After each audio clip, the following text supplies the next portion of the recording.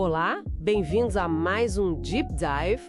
Hoje a gente mergulha nos textos bem conhecidos do Antigo Testamento, Deuteronômio, Êxodo, Números, Josué, para investigar os milagres, sabe? A ideia é ver o que essas histórias contam sobre Deus, sobre a relação dele com o povo. Exato. E o nosso foco aqui não é só o espetáculo.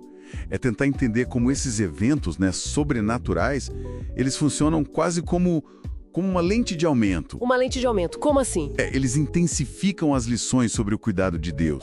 Aquele cuidado que é constante, sabe? Tipo, a provisão, a disciplina quando precisa, o perdão que restaura, a proteção. Ah, entendi. São lembretes poderosos da ação de Deus no dia a dia, mesmo que de forma mais, digamos, visível ali. Legal. Então não são só demonstrações de poder, tipo, isoladas. A ideia central é que os milagres ensinam sobre o caráter de Deus. No cotidiano mesmo, mostram amor, validam líderes, tipo Moisés, e, claro, mostram a soberania dele. Vamos começar pela provisão? Parece que esse tema aparece bastante, né? Com certeza. É um dos primeiros que salta aos olhos. E o que me chama a atenção nas fontes é, nossa, como o povo esquece rápido os grandes feitos, né? E já começa a reclamar das coisas básicas. Tipo lá em Mara, em Êxodo 15, só 3 dias depois de atravessar o Mar Vermelho a pé enxuto. 3 dias. É muito rápido. E já estavam murmurando por causa da água amarga. 3 dias. Parece inacreditável, né? É uma reação que o texto faz questão de frisar, essa rapidez. Mas a resposta de Deus ali é muito rica, né? Ele não só resolve o problema da água, milagrosamente com um pedaço de madeira. Sim. E ali mesmo ele já estabelece uma conexão, sabe? Entre o obedecer e receber o cuidado. Ele testa o povo antes de levar para Elim, para o oásis. A provisão vem junto com o ensinamento. E a murmuração não para por aí. Logo depois, em Êxodo 16, é a comida. Chegam a falar que sentem falta das panelas de carne do Egito. Esquecem totalmente da escravidão. Essa memória seletiva é forte, né? Muito forte. O texto até repete a palavra murmurar várias vezes ali. Quase um refrão da insatisfação. Mas olha que interessante. Mesmo assim, Deus manda as codornizes e o maná. O famoso, o que é isso? O maná. E o maná vira uma aula prática diária, né? Sobre depender de Deus. Tipo, confia hoje, pega só o de hoje, não guarda para amanhã, exceto para o sábado.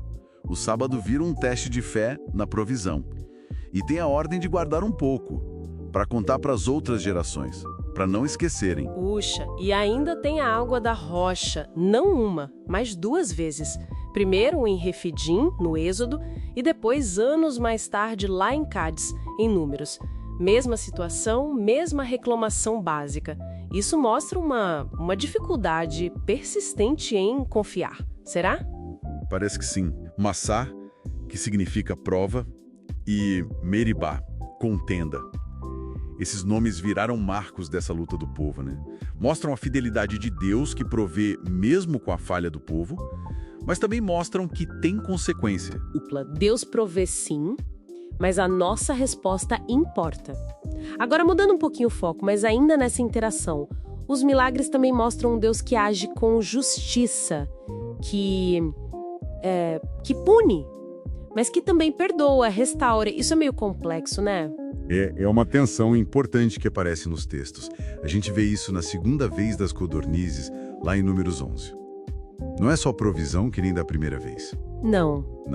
Vem como resposta direta àquela cobiça pela comida do Egito, ao desprezo pelo maná. Deus dá o que eles pediram, a carne, mas manda uma praga junto.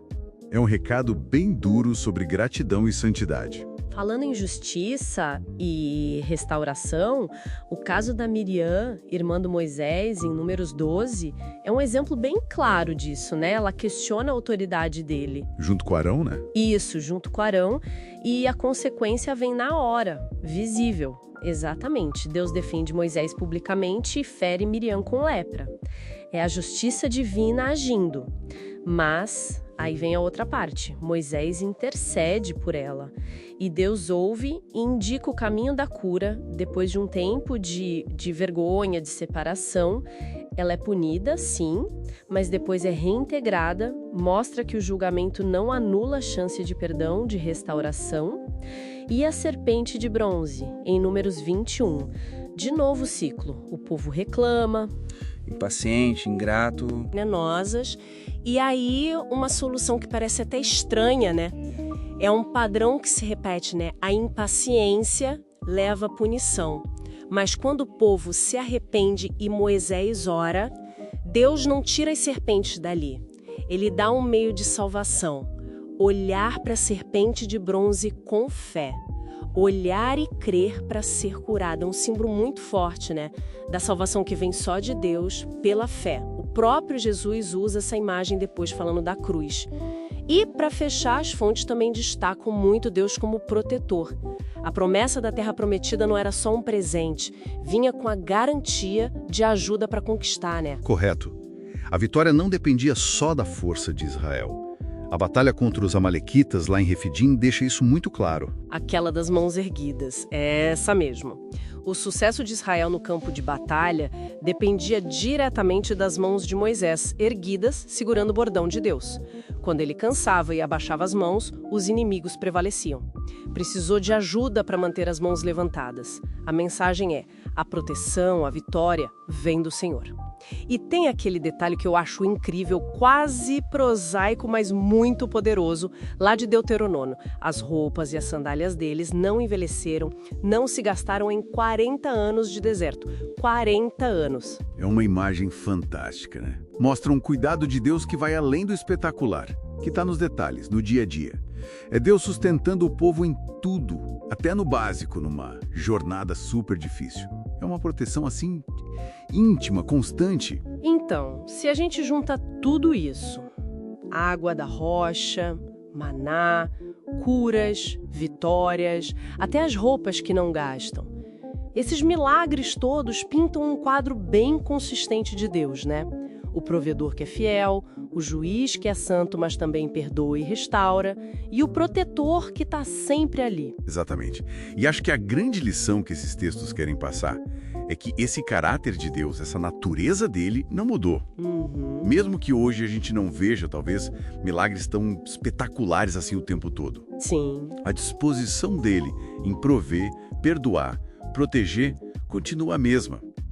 Essas histórias antigas nos convidam a, abrir os olhos para reconhecer essa ação de Deus hoje na nossa vida cotidiana. Isso deixa a gente com uma pergunta para pensar, né? Se esses atos tão dramáticos do passado revelam tanto sobre o cuidado de Deus, de que formas talvez mais quietinhas, menos óbvias, essa mesma provisão ou correção ou proteção pode estar acontecendo hoje e a gente nem percebe na correria? Fica a reflexão.